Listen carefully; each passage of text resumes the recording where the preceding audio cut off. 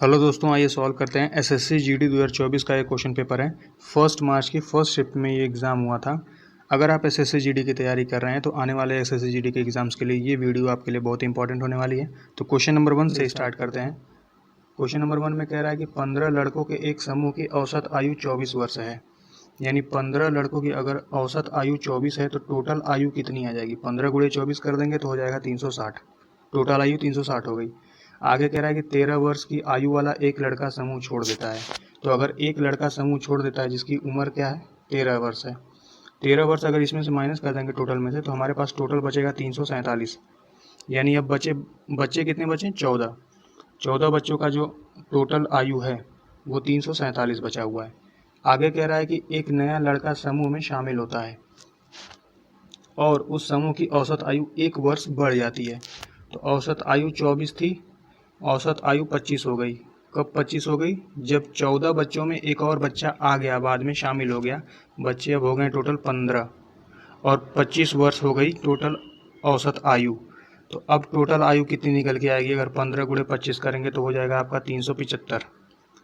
यानी अब टोटल आयु हो गई 375 और एक बच्चा तो छोड़ के चला गया। क्वेश्चन में कह रहा है कि नए लड़के की आयु कितनी है। ये जो नया लड़का आया है जिसकी वजह से औसत आयु 25 हो गई है, उसकी उम्र कितनी है। तो 347 में से अगर 375 को माइनस कर देंगे तो आपका आएगा 28 वर्ष।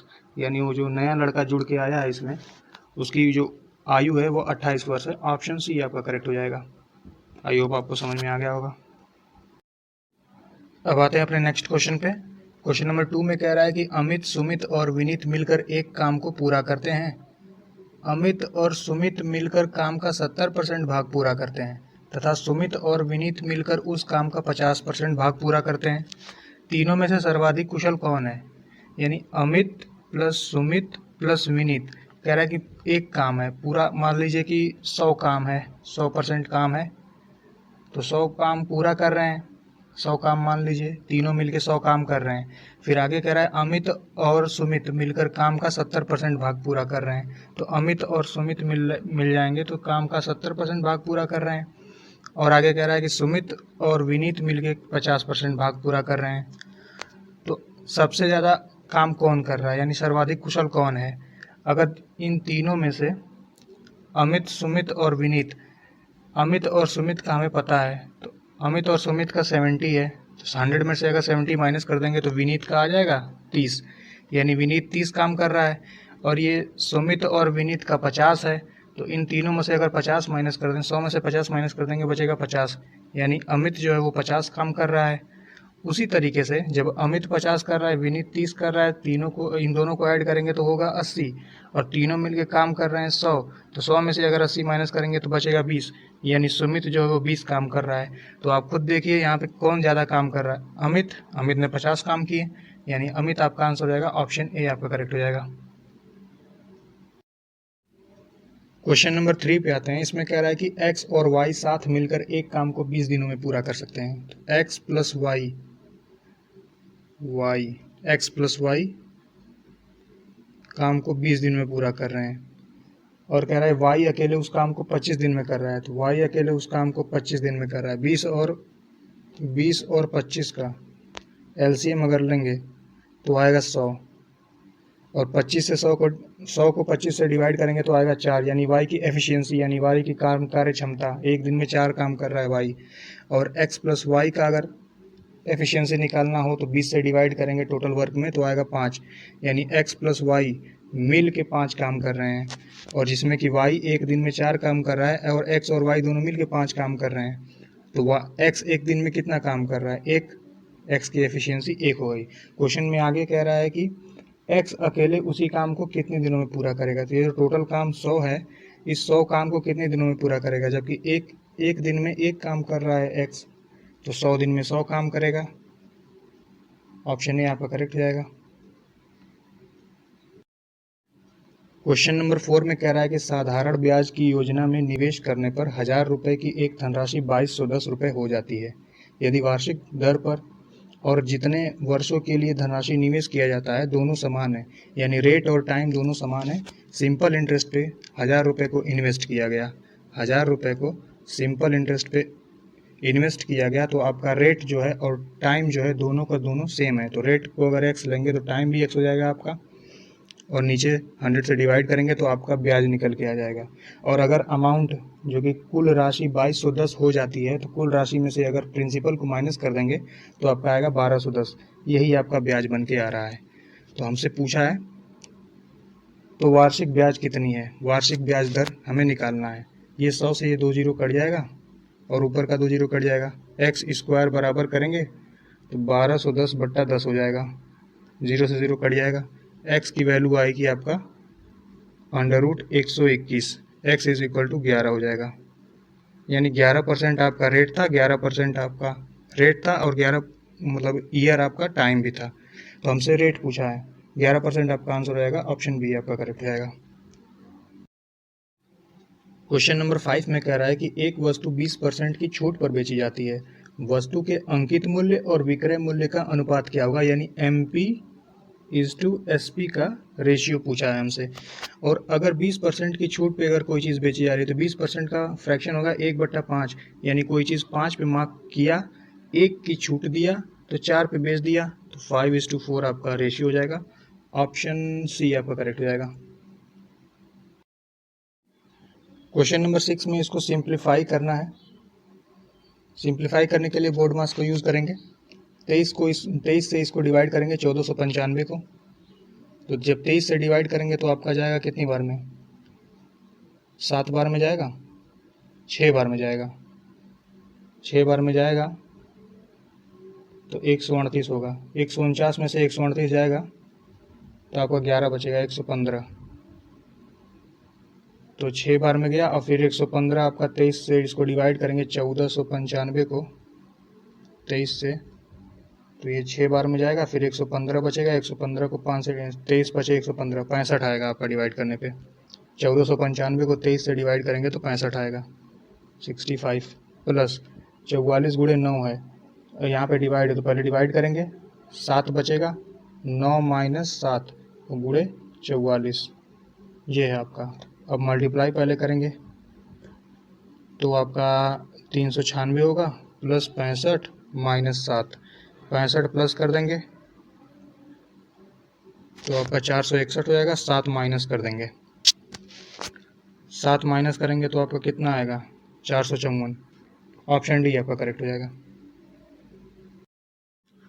क्वेश्चन नंबर 7 में इसको सिंप्लीफाई करना है। 2 ऑफ 40 माइनस समथिंग समथिंग दिया हुआ है तो पहले ऑफ को सॉल्व करेंगे। ऑफ की जगह पे मल्टीप्लाई लगाएंगे, 2 से 40 में गुणा करेंगे तो आएगा 80 माइनस 80 माइनस ब्रैकेट के अंदर का सॉल्व कर लेते हैं पहले। तो 44 प्लस 2 46 हो जाएगा और 96 में से 46 माइनस करेंगे और माइनस में आएगा क्योंकि 96 माइनस में है 50 आएगा। तो ब्रैकेट के अंदर -50 और ब्रैकेट के बाहर भी माइनस है तो माइनस माइनस प्लस हो जाएगा, 50 बाहर और 80 भी बाहर है, 80 और 50 130 हो जाएगा। ऑप्शन डी आपका करेक्ट हो जाएगा। अब आते हैं क्वेश्चन नंबर 8 पे। इसमें कह रहा है कि m is equal to 1500, n is equal to 2000, m n से कितने प्रतिशत कम है। तो m n से जिससे कम होता है उसको नीचे लेते हैं, ठीक है। n कितना है 2000, तो 2000 को नीचे ऐसे लिखेंगे। और कितना कम है 1500 से, 2000 से 1500 कितना कम है, 500 कम है। परसेंटेज के लिए 100 से मल्टीप्लाई कर देंगे, ये 0 से 2 जीरो कट जाएगा, नीचे का 1 जीरो और ऊपर का 1 जीरो कट जाएगा। 2 से इसको डिवाइड करेंगे 25 आ जाएगा, 25% आपका आंसर हो जाएगा। ऑप्शन डी आपका करेक्ट हो जाएगा। क्वेश्चन नंबर 9 में कह रहा है यदि गोले की त्रिज्या 80% कम कर दी जाए तो गोले का आयतन कितने % कम हो जाएगा। गोले की त्रिज्या यानी स्फीयर का रेडियस, स्फीयर का रेडियस अगर 80% कम कर दिया जाए तो 80% का सबसे पहले फ्रैक्शन निकाल लेंगे। 80% का फ्रैक्शन होगा आपका 4/5, यानी पहले अगर रेडियस 5 था तो 4 कम कर दिया गया, 1 कर दिया गया रेडियस स्फीयर का। और स्फीयर का वॉल्यूम का फॉर्मूला होता है 4/3 पाई r³। r की जगह पे अगर 5 रखेंगे तो आपका हो जाएगा 125, 5 का क्यूब करेंगे 125। तो ये आपका आ गया पहले वाला वॉल्यूम। अब कह रहा है कि इसमें से 4 कम करके 1 पर कर दिया जाएगा वॉल्यूम, 1 पर कर दिया गया रेडियस, तो वॉल्यूम तब कितना होगा। तो वॉल्यूम आपका हो जाएगा 4/3 पाई और इस 1 का क्यूब करेंगे तो 1 ही होगा, 4 पाई/3 हो जाएगा, यानी 4 कम करने के बाद, यानी 80% कम करने के बाद वॉल्यूम ये हुआ और 80% कम करने से पहले ये था। तो कितना परसेंट कम हुआ ये हमें फाइंड करना है। तो कितना परसेंट कम हुआ, तो 4/3 πr³ यानी 125 में से माइनस करेंगे 4/3 पाई को और अपॉन में कर देंगे किससे कम हुआ है, किससे कम हुआ है 4/3 इंटू 125 से कम हुआ है। जिससे कम होता है उसको नीचे लिखते हैं, परसेंटेज के लिए 100 से मल्टीप्लाई कर देंगे, क्योंकि हमसे कह रहा है कि कितने परसेंट कम हुआ, परसेंट में पूछा है। और यहाँ पे ऊपर 4/3 पाई कॉमन कर लेंगे, 4/3 पाई कॉमन अगर कर लेंगे तो बचेगा 125 माइनस 1, 125 माइनस 1 होगा 124 अपॉन, ये नीचे ऐसे के ऐसे लिख देंगे 4/3 पाई इंटू 125 और इंटू 100। 4/3 पाई कैंसिल हो जाएगा, 124/125 गुणे 100, 124/125 गुणे 100, 124/125 इंटू 100। 25 से काटेंगे 5 बार में जाएगा, ये 20 बार में जाएगा, सॉरी 4 बार में जाएगा। 25 चौक 100, 4 से इसको मल्टीप्लाई कर देंगे तो 496 आ जाएगा। 5 से डिवाइड करेंगे, 5 से डिवाइड करेंगे 5 9 जा 45, 5 9 जा 45, 99.2% कम हो जाएगा वॉल्यूम, अगर 80% उसका रेडियस कम करेंगे तो। ऑप्शन बी आपका करेक्ट हो जाएगा। क्वेश्चन नंबर 10 में कह रहा है कि एक मिश्रण में अम्ल और पानी का अनुपात 4:7 है।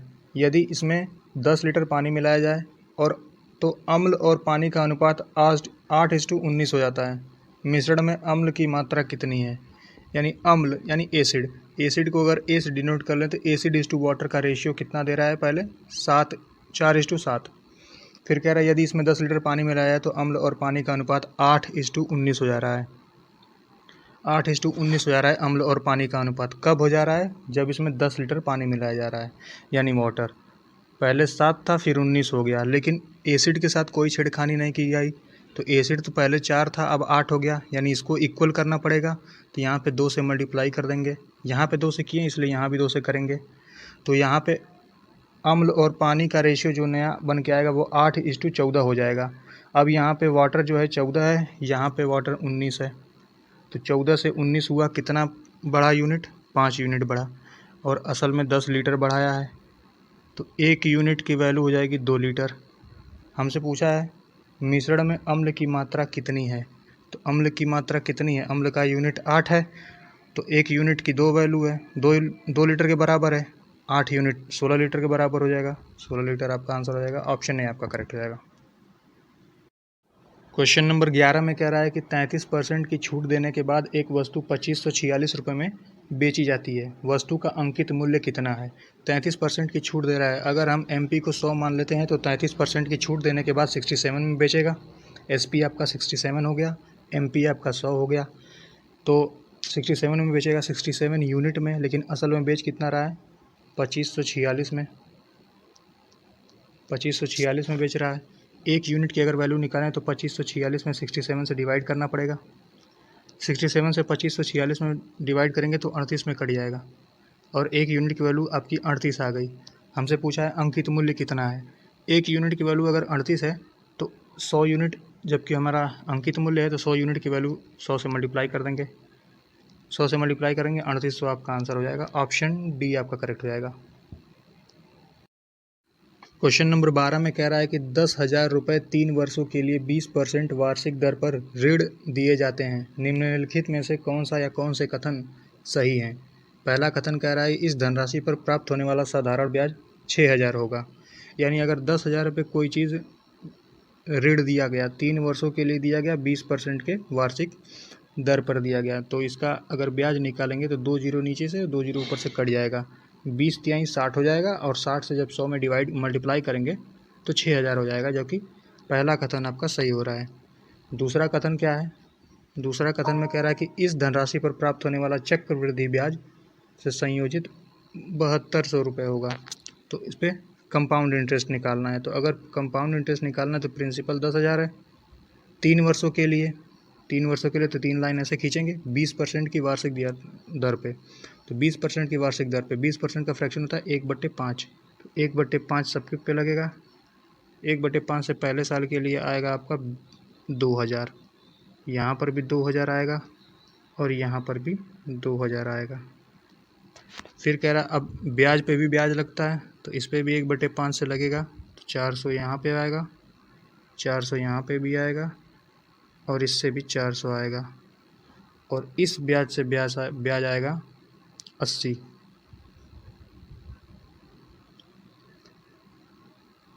अब सबको ऐड कर देंगे 2,000 2,000 2,000 6,000 हो जाएगा। इस 400 को ऐड करेंगे तो 7200 हो जाएगा और ये 80 रुपये और ऐड करेंगे तो 7280 आपका आएगा टोटल।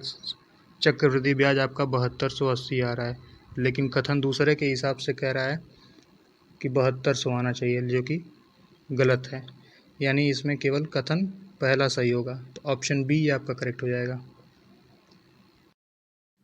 क्वेश्चन नंबर 13 में आते हैं। इसमें कह रहा है कि एक ट्रक ने अपने निर्धारित समय से 30 मिनट पहले चलना शुरू किया, लेकिन 270 किलोमीटर दूर अपने गंतव्य स्थान पर पहुंचने के लिए उसे अपनी सामान्य चाल 6 किलोमीटर प्रति घंटा कम करनी पड़ी। ट्रक की सामान्य चाल कितनी है? यानी कभी भी अगर ऐसा क्वेश्चन मिले तो सीधे आप ऑप्शन पे जाइए, ऑप्शन से करेक्ट करिए, ऑप्शन से सॉल्व करिए और उसके बाद अगर कंडीशन सेटिस्फाई कर रही है क्वेश्चन के अकॉर्डिंग तब वही आपका आंसर हो जाएगा। क्योंकि अगर इसमें एक्स मानेंगे, सामान्य चाल हमसे पूछा है, सामान्य चाल अगर मैंने एक्स मान ली तो 270 किलोमीटर की दूरी को जा रहा है, तो 270 किलोमीटर की दूरी एक सामान्य चाल से जा रहा है तो ये सामान्य टाइम भी आ जाएगा आपका, ये सामान्य टाइम आ जाएगा। फिर कह रहा है कि अगर 6 किलोमीटर प्रति घंटा की रफ्तार कम कर दे, यानी 270 किलोमीटर में से 6 किलोमीटर 270 किलोमीटर की दूरी को सामान्य चाल से 6 किलोमीटर प्रति घंटा कम कर दे, यानी x-6 कर दे, तो जो टाइम आ रहा है वो 30 मिनट का डिफरेंस दे रहा है। 30 मिनट पहले चला और सामान्य चाल से अगर चलेगा तो टाइम पे चलेगा, लेकिन सामान्य चाल से अगर नहीं चलेगा, यानी सामान्य चाल से 6 किलोमीटर प्रति घंटा कम करके चलेगा तो 30 मिनट पहले चल रहा है। यानी इस टाइम में और इस टाइम में दोनों में डिफरेंस कितना आ रहा है? 30 मिनट का आ रहा है डिफरेंस। तो अब यहाँ से अब इस स्पीड इस टाइम में से इस टाइम को माइनस करेंगे, इज इक्वल टू 30 करेंगे तो एक्स की वैल्यू निकालने के लिए क्वाड्रेटिक इक्वेशन बन के आ जाएगा एक। और जैसे ही क्वाड्रेटिक इक्वेशन बन के आएगा क्वेश्चन आपका वहीं पे कॉम्प्लिकेटेड हो जाएगा, इसलिए हमें ऑप्शन पे जाना चाहिए सीधे। तो ऑप्शन 1 पे जाते हैं। 60 जो दे रखा है 60 किलोमीटर प्रति घंटा, अगर 60 किलोमीटर प्रति घंटा आपकी सामान्य चाल हुई तो 270 किलोमीटर की दूरी को चलने के लिए 60 किलोमीटर प्रति घंटा की रफ्तार से अगर जा रहा है तो सामान्य टाइम कितना आएगा आपका? 27/6 घंटा आएगा।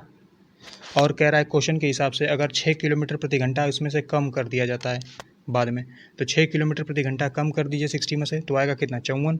तो 270 किलोमीटर की दूरी को 54 की स्पीड से अगर जाएगा तो आपका आएगा 5 घंटा, यानी 5 घंटा लग रहा है अगर 270 किलोमीटर को 54 की स्पीड से जा रहा है। तो अब इस टाइम में और इस टाइम में दोनों का अगर डिफरेंस निकालेंगे तो 30 मिनट आना चाहिए। अगर 30 मिनट आ रहा है तो क्वेश्चन कंडीशन को सेटिस्फाई कर रहा है।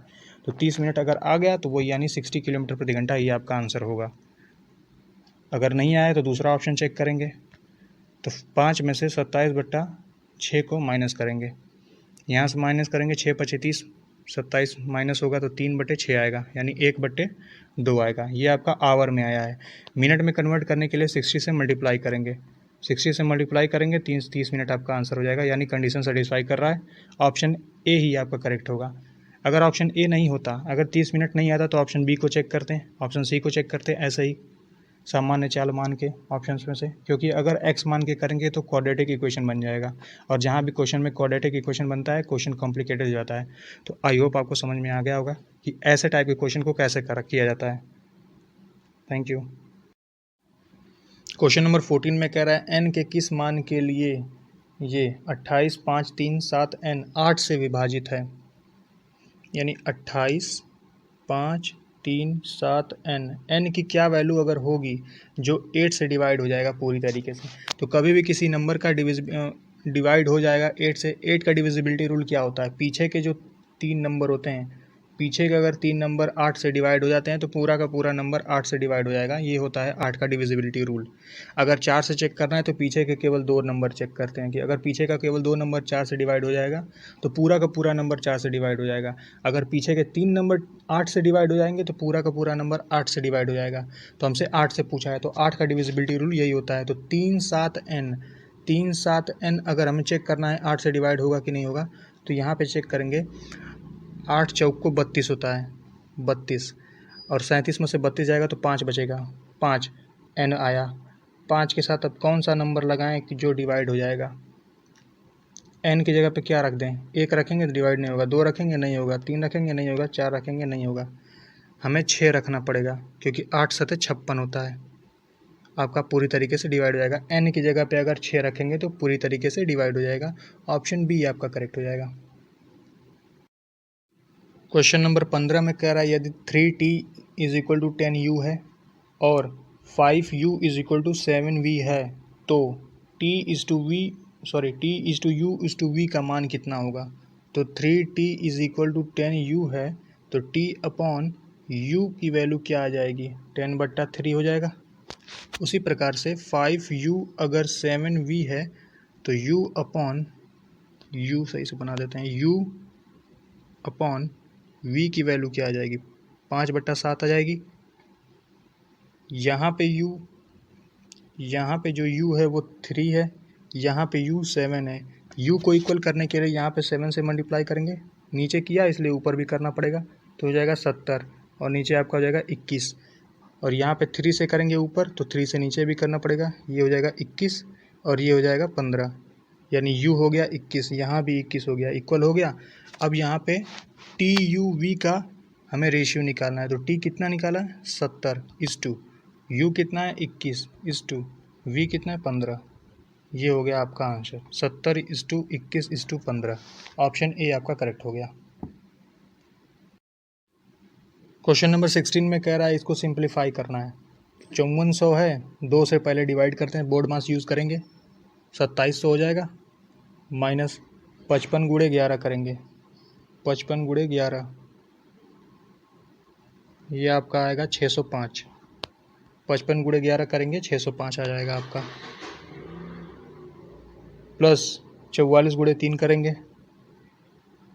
132 हो जाएगा।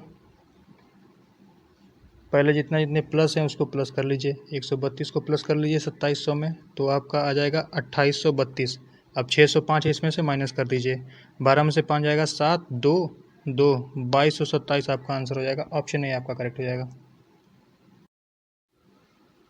क्वेश्चन नंबर 17 में कह रहा है कि 12 खिलाड़ियों और उनके कोच की औसत आयु 32 वर्ष है, यानी 12 खिलाड़ी हैं प्लस एक कोच है उनका, यानी 13 लोग हैं टोटल।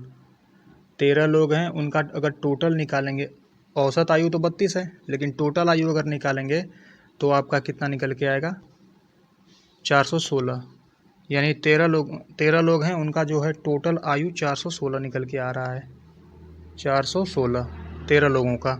आगे कह रहा है प्रथम 5 खिलाड़ियों की औसत आयु 28 वर्ष है और 5 खिलाड़ी इसमें से हैं जिसकी औसत आयु 28 वर्ष है, तो टोटल आयु कितना निकल के आएगा, जब खिलाड़ियों का और औसत में मल्टीप्लाई कर देंगे तब 5/40 140 आ जाएगा, यानी 5 खिलाड़ियों का टोटल आयु 140 हो गया और शेष 7 खिलाड़ियों की औसत आयु 26 वर्ष है। तो बचे हुए 7 खिलाड़ी हैं, उनकी औसत आयु 26 वर्ष है, तो टोटल आयु कितनी निकल के आएगी।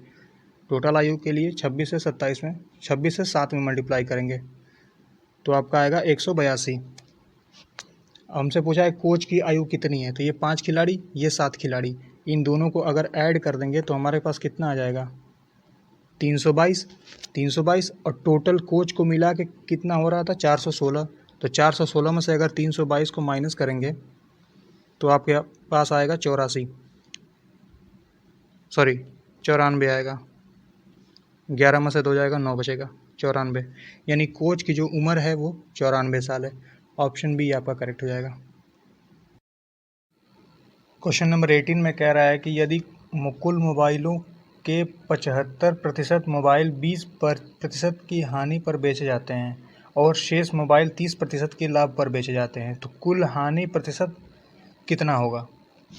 यानी मान लेते हैं 100 मोबाइल हैं 100 मोबाइल को 100 रुपये में ख़रीद के ले आया, ठीक है, CP 100 हो गया। 100 मोबाइल को 100 रुपये में ख़रीद के ले आया, यानी एक मोबाइल को 1 रुपये में ख़रीद के ले आया। तो 75% मोबाइल को 20% की हानि पर बेचा। तो 75% का मोबाइल यानी 75 मोबाइल, 100 का 75% निकालेंगे 75 आएगा, यानी 75 मोबाइलों को 20% की हानि पर बेचा। तो 75 मोबाइल को 75 रुपये में ख़रीद के ले आया होगा। अगर 75 मोबाइल को 75 के रुपये में ख़रीद के ले आया होगा तो 20% की हानि पर बेचा।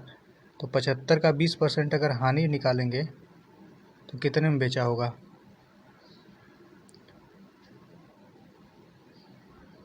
5.60 में, यानी 60 रुपये में बेचा होगा। यानी 75 मोबाइल 75 रुपये में ख़रीद के ले आया और 60 रुपये में बेच दिया। 100 मोबाइल को 100 रुपये में ख़रीद के ले आया था, जिसमें से 75 मोबाइल को 60 रुपये में बेच दिया। अब आगे कह रहा है कि और शेष मोबाइल 30% के लाभ पर बेचे जाते हैं। बचे हुए शेष मोबाइल, यानी 75 मोबाइल तो बेच दिया, बचा हुआ कितना मोबाइल है? 25।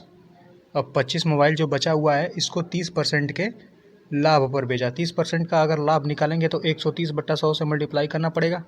यहाँ से 0 से 0 कट जाएगा, 5 दूना के 10, 5 पचे 25, 13 पचे 65/2।